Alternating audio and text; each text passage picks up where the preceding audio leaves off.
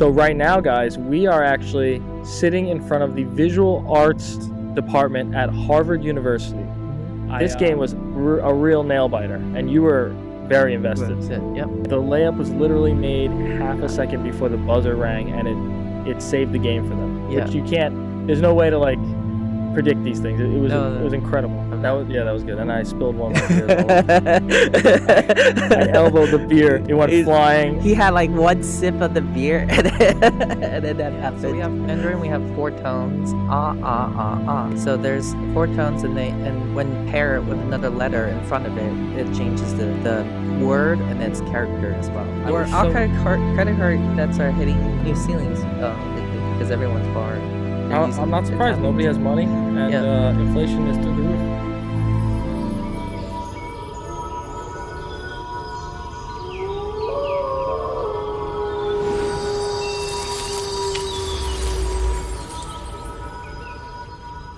I think it's so funny. Somebody said this to me. It's so counterproductive because the people in power know what they're doing, and it's a manipulation tactic. Let's say you want to start a business. You have these grand dreams of making money for yourself. The people that control the country right now, probably the world, I guess, the huge businessmen who are highly successful, they don't want you to start a small business because they know that will allow you to start developing independence from the system.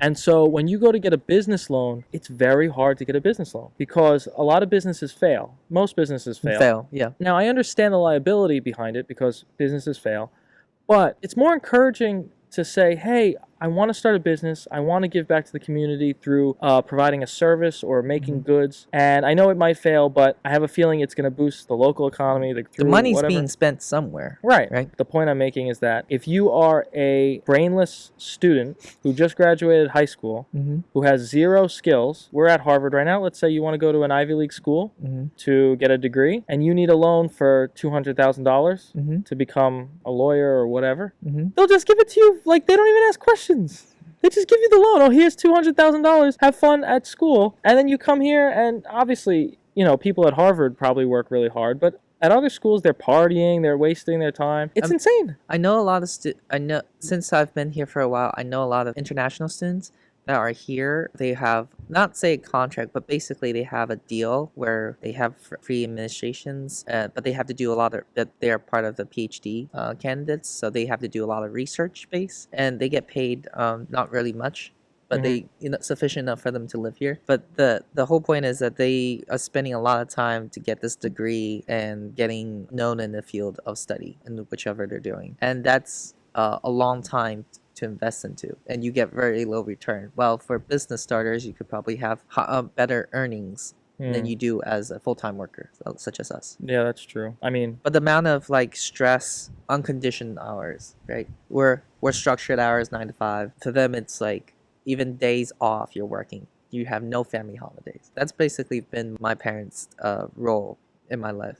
They worked 365 days a year being a restaurant owner, and they pretty much didn't have any downtime from work. They basically spend their entire time there. And then depending on the business too. I'm sorry to hear that. That sounds like a pretty tough childhood. Yeah, I mean, like, I work there too. It's okay. Yeah. Well, I had the pleasure of being able to visit your parents' restaurant in Pennsylvania when we would come visit you on our way to the Faith Quest Winter Blast Retreat. So I know your parents made really good Chinese food. Yeah, they're good cookers. Yeah, they're really professional.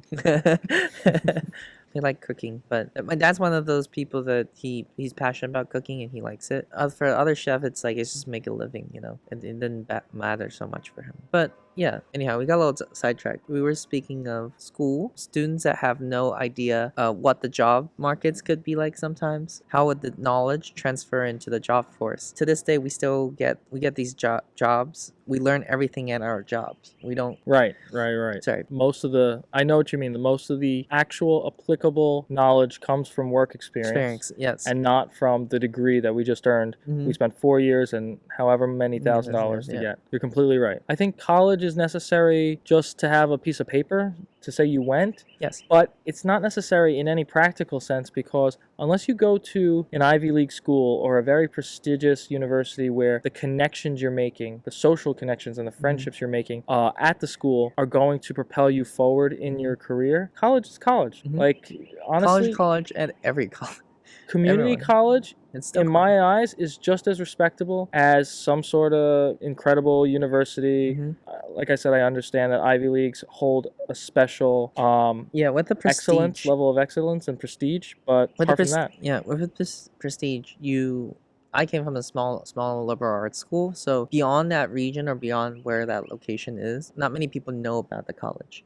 So prestige definitely matters in the sense that it gets you an opening door. Like, oh, you're talking to this school, I know, I'm ready to hear. But for us that's working for a while, school doesn't matter as much anymore, or GPA may be a very little factor in terms of evaluating if this person is sufficient for the yeah, job. nobody checks GPA, especially in the engineering industry, which we work in. They didn't check my GPA when I applied for my job. It was almost irrelevant.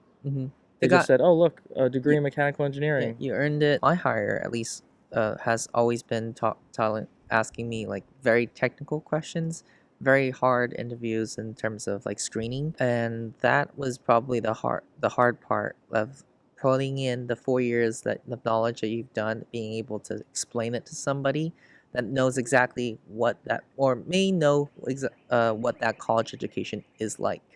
They've probably been through it themselves, so they know what you're going to. And you just need to know, how practical have you been? How much hands-on experience have you done? Can you break down things you've done before? Can you explain it well? Are you open to new ideas? And how quick can you bounce off of that idea? That was interesting, because at an R&D environment, you're always susceptible to change. Right. Like, we can't limit ourselves to a certain idea, and we lose grip of the whole picture. Because at the end of the day, it's like we can do as much R&D as we can, but we can't transition it to actual product to sell to customer. Then we're in big trouble. That makes sense. Yeah. I feel like there was something else I wanted to talk about. Oh, we got carried away. No, it's fine. Like, just let it flow. I just can't remember what it was. We only on second day of the trip yesterday. We didn't do today's. We're at Harvard. We didn't do yesterday's either. Did we didn't talk about yesterday's. We didn't talk about Nightclubs? No. Moxie we talked about. All right, so just to circle back to what we did this trip. On Friday night we went to that bar / nightclub called Howl at the Moon. Yeah. Right? Howl at the Moon. That was fun. They had some live music, cover bands, and underground there was like a nightclub down there that was really interesting. And then what did we do Saturday night? We went out with Sid. After Moxie, we checked out. Well, you guys went home. I checked out a place called Icon. That was fun. I ended up running into this party of Greek people, and it's so funny because I wasn't aware of this. I have a few Greek friends who are probably more steeped in the culture, but when Greek people party, it's nothing like you're thinking. They're dancing in a circle. They have all these moves where they're holding each other's like shoulders and they're going around. You sure that's not rain dance? I don't know. I don't know what it was. It was just so interesting to me. I'm like, I have no idea what's going on right now. I think it's like it's a cult or something that we're trying to summon. But no. I'm pretty sure it's very fun. No, it's good. And I don't have any footage of that particular dance, but I'm sure if we looked it up online, we could find the answer to why they do that. And then towards the end of the night, they all started they're still in a circle. They kneeled down on one knee. And then one gentleman would be in the middle of the circle dancing. His arms would be out, and he would be like slowly dancing around to the music and like singing the songs and stuff. Now, the entire night, whether it's the slow music or like the more hype DJ music, it was all in Greek. There were a few songs in English, and of course they played Bad Bunny, which is like, for some reason, everybody's summer anthem. But Bad Bunny is really popular. Really popular. But apart from that, all the songs were in Greek. And I'm sitting here like, everyone is singing along. How Mhm. do you guys know this? I have no idea what they're saying. I've never heard this song before. I'm Italian. And then I ran into some other people from Long Island Mhm. who were also Italian, and they're like, yeah, this is a Greek party, and we're friends with the DJ. That's why we're here. So them and I got to talking. We were talking about Long Island and whatever, growing up in our hometowns, and it was just a fun time after that. But unfortunately, I lost my glasses that night. Yeah, They that's fell a out of my sad part. pocket, so I'm gonna have to figure out a way to replace those. That's I love what they told when you called them, right? They said, come back tomorrow. We'll get we'll see if we find it. We'll give it to you. And then Sunday we bike there, and then they're like, it's closed. right. It's closed on Sunday and Memorial Day, and they told me to call the next day, which is like, I think they just wanted me to leave. They're just like, get out of here. Like, I was like, well, people lost stuff all the time. We don't have time for you. oh my gosh. Well, it is what it is. I have contacts, and I have other pairs of glasses at home, Yeah, which is fine. which amazes me. Half the time you had contacts in. I remember you telling me like wiggle around in your eye, it went up to your eyelid, top of your eyelid, and then I was like, how are you biking with Yeah. without the contacts? That happens all the time. Okay. So every now and Surprise. then, sometimes if I rub my eye too much, or just it'll happen if the wind is blowing or whatever, Mm-hmm. the contact will slide up and it'll go up into my top eyelid. Mm-hmm. And every now and then I don't realize that it's happening, but my eye will go blurry, Mm-hmm. and I'll start rubbing my eye more and more, trying to fix it, and it doesn't work. Mm-hmm. And then I have to like go into the bathroom, lift my eyelid, and like move my eyeball around in a circle, and the contact slides down back in front of my eye, Mm. and I can fix it. But that was like happening all day, and I'm like, what is going on? Why is my eye so itchy? Then I realized my contact wasn't even in my eye. But yeah, I really For hate contacts. majority of the day. Oh, well, I remember one point we are at it's the garden, public gardens. You went by this it's a little water, well, not well, A fountain? fountain, Yeah. water fountain. With the Eh, statue of the angel, like Statue in the of the corner. angel, yeah, Yeah, at the that's corner, yeah, that's public garden. public garden, and you almost fell in. I initiated when I first got there. I like laid across that little fountain. There's a little flat space, on the semicircle, Hmm.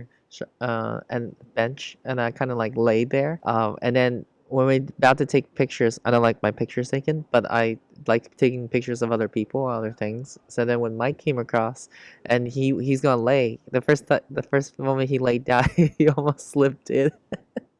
He almost fell in. He goes, "Oh my god!" I'll put the pictures up on the screen Yeah. because it was kind of funny. We was doing like a sexy pose, and I was like, "Oh, that's so funny. Let me do a sexy pose." I lay down, and I almost fell backwards into the fountain. like he kind of leaned back too much, thinking there's a lot more space. Oh my gosh! But that day was so fun. That was last night. We rode through was it Newberry Street? Mm-hmm. Newberry Street is Yeah. a gorgeous road, and it's like 10 blocks of just these beautiful brick buildings Mhm. with these semi-modern storefronts. Mm-hmm. And no, it's fine. Mhm. And long story short, like it reminded me very much of England. Now, Mhm. obviously, Boston is like part of New England, Mhm. but it was just such beautiful architecture. We stopped in like a Harry Potter store, Mm-hmm. and then we eventually ended up at Joe's of Newberry. Mm-hmm. And I tell you, the clam chowder there was Oh. so good. With the food. Oh, the We- food was incredible. We You had always- the clam chowder in yeah. bread bowls, Mm-hmm. and then Yeah, clam chowder and bread bowls, and we were at the end. We were paying the bill. We were like calculating like the cost, and then you mentioned that the price was $14. Mhm. Well, I said 13, and at the end I was like, "Wait, let's make a bet on it." So just for context, the waiter promised me that he was going to discount our clam chowder. Mm-hmm. And in my mind, I thought the clam chowder cost $14 per person, and I was so insistent. I was like, it was $14. He discounted it because he only charged us $13 a person, so he took $1 off, whatever, which isn't like, Yeah. I don't even know why I was so excited about Yeah, $1. no, But the moment when you like getting discounts of something, Yeah, it feels discount. like I was like, "Oh, okay." so long story short, 'Cause he he's like, says no, yeah. he didn't discount it. Yeah. It's $13 and he charged us $13. So we start this whole bet and we're like, no, it was 14. No, it was 13, back and forth. And so the bet was, if I win, we and I have to play a co-op video game over the Switch from New York to Boston. And then eventually the next time we get together, he has to come on and talk about it for our co-op video game series that we do on the podcast.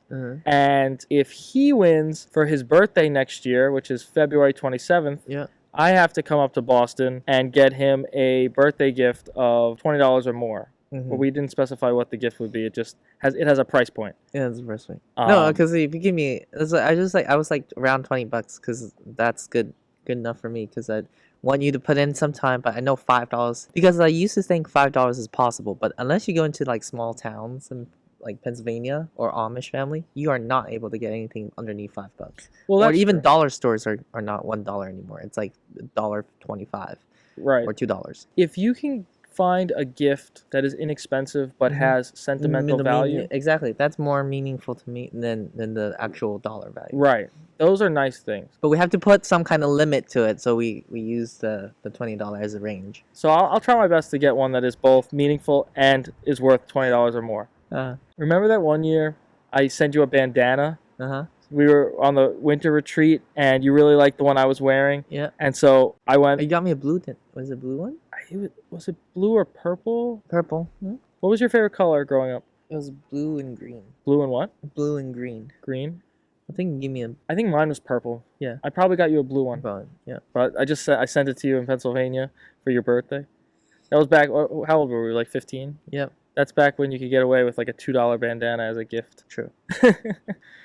That was a point in time where people just give away bandanas. They probably still do. Yeah. It's like they make clothes out of it now. Have you ever seen these women's clothing that are like made out of bandanas? No. Like shirts. I see that in the store sometimes. Like I find them, maybe they're rather thin. Like all women's clothing is thin. They make them so like cheap, like thin fabric compared to men's clothing. They wear out so fast, and I've heard it from multiple female friends that they hate the material that they make women's clothing out of. And also like fast fashion, like Zara, they basically take they do a lot of like quick copies of the fashion shows, and then just quickly like use the basic material or the simplest material ever, and then fast produce it. Like they just copy a lot of those fashion shows, fashion designers shows, demonstrations, and then quickly put that into their $20 price markets, and then push it to the public, even though they cut out so many of the designer's detail, the reason why they designed the way they designed. They just cut it. They just get the similar look, put that on something else. That's such a shame. Yeah. So you go to Zara, it's like, oh, sometimes they have really great design. Sometimes it's like mediocre. Like you occasionally get nice trends.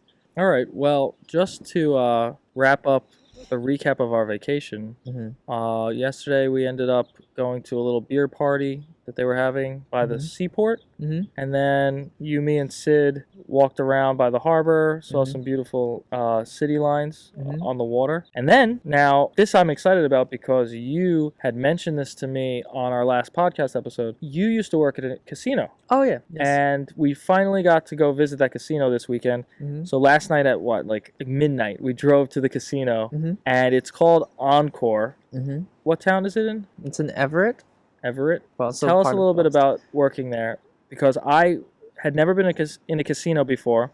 This was my first time, and it was way fancier than I thought casinos actually were. Encore Wynn. Oh, it's a property of Wynn. Wynn is MGM is known for being one of the top class for casinos. They do their resort casino. So mainly they're in Vegas and a lot of places. They're certified 5-star resort casinos, and they have very fancy room, very beautiful architect. A lot of their flowers or decorations, they swap out flowers every night inside All the greens are well maintained in in the environment. A lot of sculptures or different arts are displayed around your area. And Angkor was just one of the places I've been to that shocked me when I also did my interview there. When I walked in, it was very, very fancy, very nice.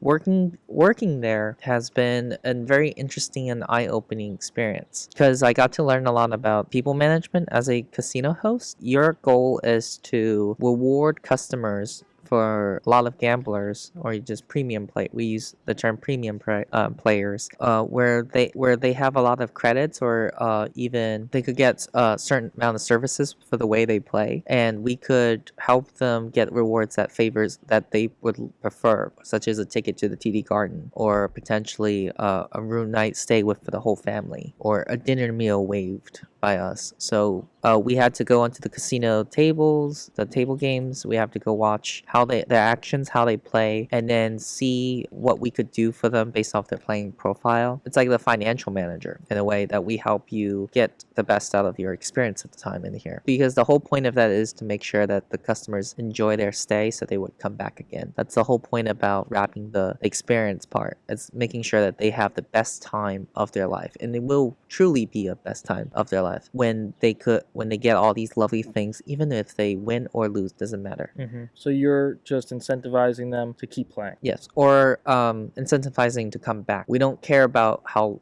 we don't necessarily care so much about how they played or how good or bad they played. We care more about them coming back. When you step your foot onto the casino floor, the casino will take care of the rest. Your job is done, basically, when you can bring the guests back. Okay, so it's just about repeat business. Now, you were explaining to me as we were walking around the casino that you found a sort of ethical / moral dilemma with working there.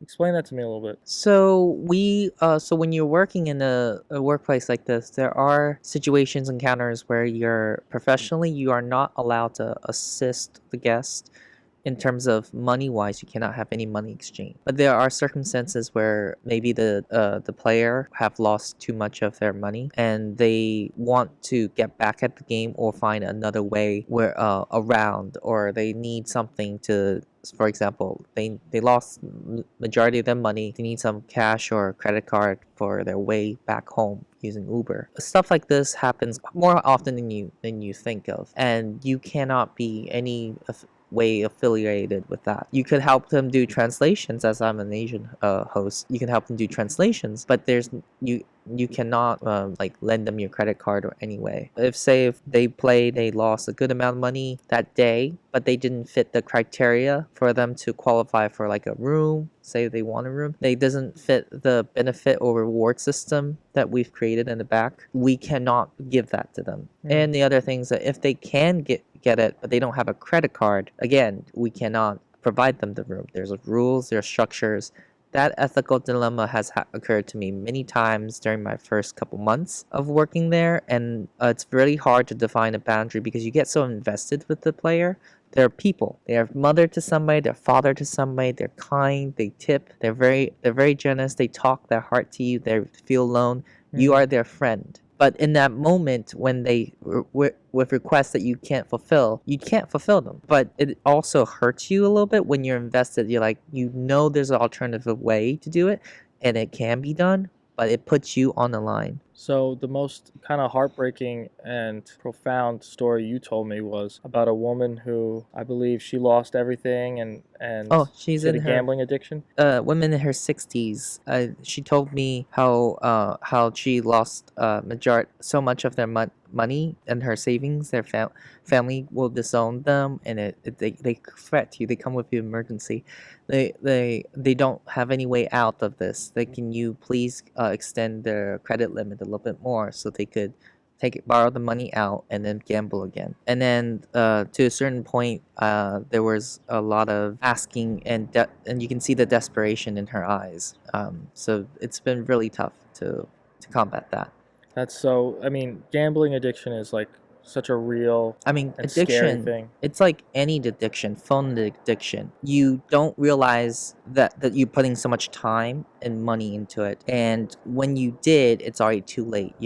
For me, phone addiction has been a thing where you put in like 7-8 hours on the screen time, averagely per day. And that could be very bad for you if you are working 8 hour full day. Your sleep schedule that disturbed. And the casino is an environment where they have so many things, minor details like the LED lightings on the slot machines, the reward systems, how it works to keep you staying there and disengaged with the real time outside of the casino. So when you're there, it felt like time hasn't flying fast, but it did, because you notice there's not a single clock inside the casino. You also notice most machines will not the points that you play at the slot is a card. The money that you exchange on the table is chips. They attach the association of cash with the chips that you're holding. So you feel like you're just playing random chips, but they hold cash value, and that's the whole point. So you don't feel like you're actually losing money, real money, in terms of what you put on the table. Oh gosh, that it's so. The word corruption comes to mind, but it's just so sick the way they manipulate you. And you had mentioned they pump extra oxygen into the air to keep you awake. Yes, a lot of these casinos have a system where they have more oxygen in the air, so oxygen to carbon dioxide ratio in the air, so that people could feel more awake. So the air vent system filter out all the smokes and everything, or anything that unclean to human breathing. But they also add a little more oxygen density into the atmosphere, so then gamblers are more awake. And when you're awake, but you're also, if you're drinking, your sensories feel less. You become more impulsive. You start using less of your frontal lobe, which does all your reasoning.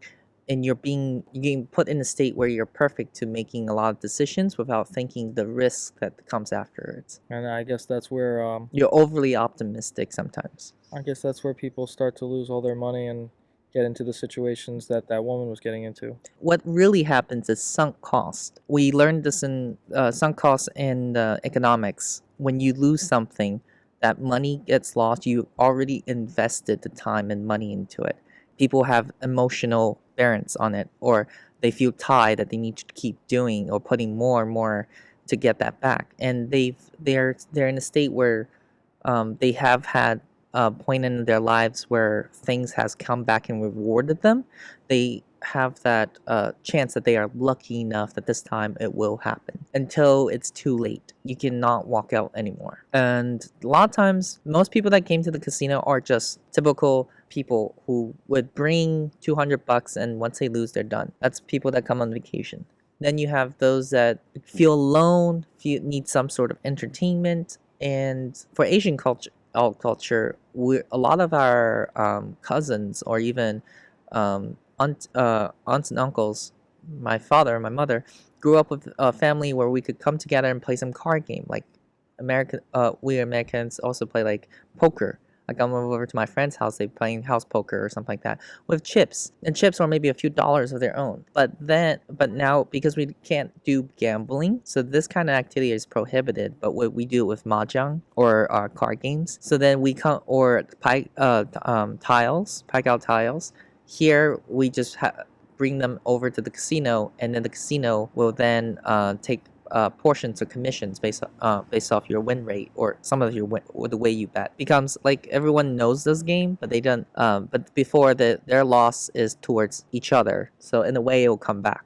For this, you lose it to the casino. Casino takes 40% of money in paying tax to the state, and then 10% into operation, and then another 10% probably to employee benefits or something like that, and then the rest goes pocketed to themselves, to the managements, to where new operations or whatever they need to take that money to. It's interesting because, like you said, if gambling was legal to do at your own home, you'd be losing money to your friend, to your family. Then the next time you play, maybe you win a little bit back, and it goes back and forth.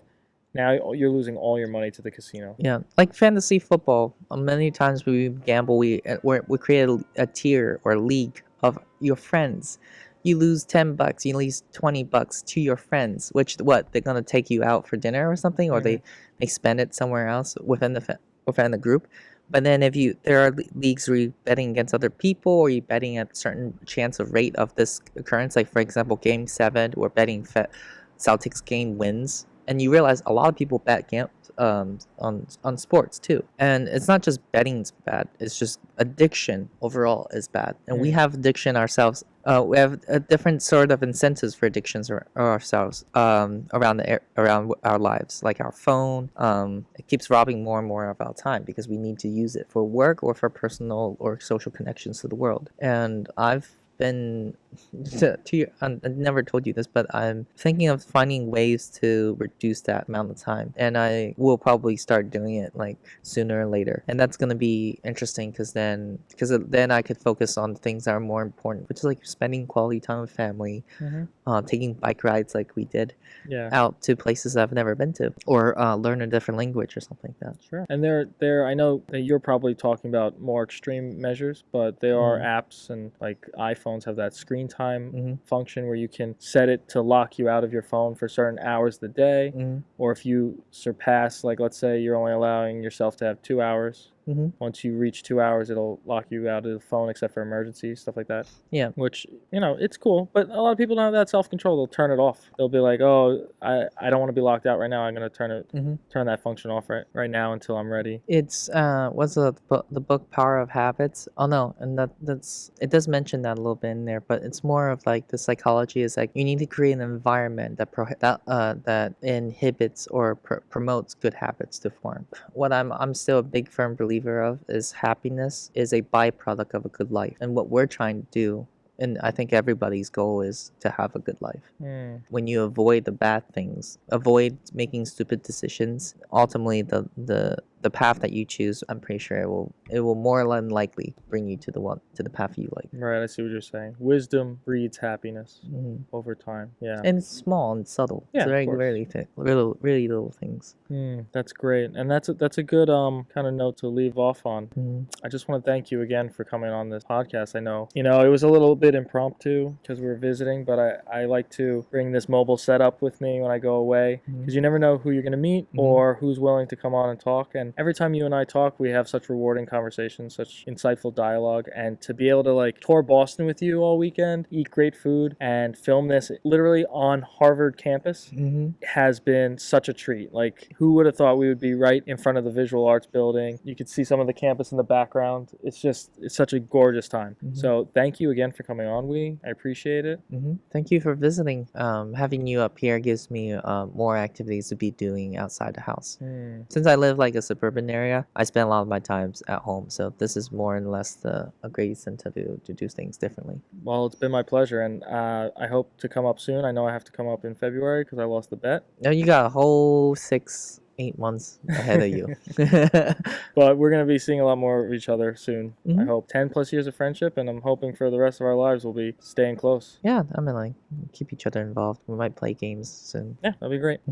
All right, guys, this has been another great episode of Eldest, and we are signing off from Boston, Massachusetts. Thanks for watching.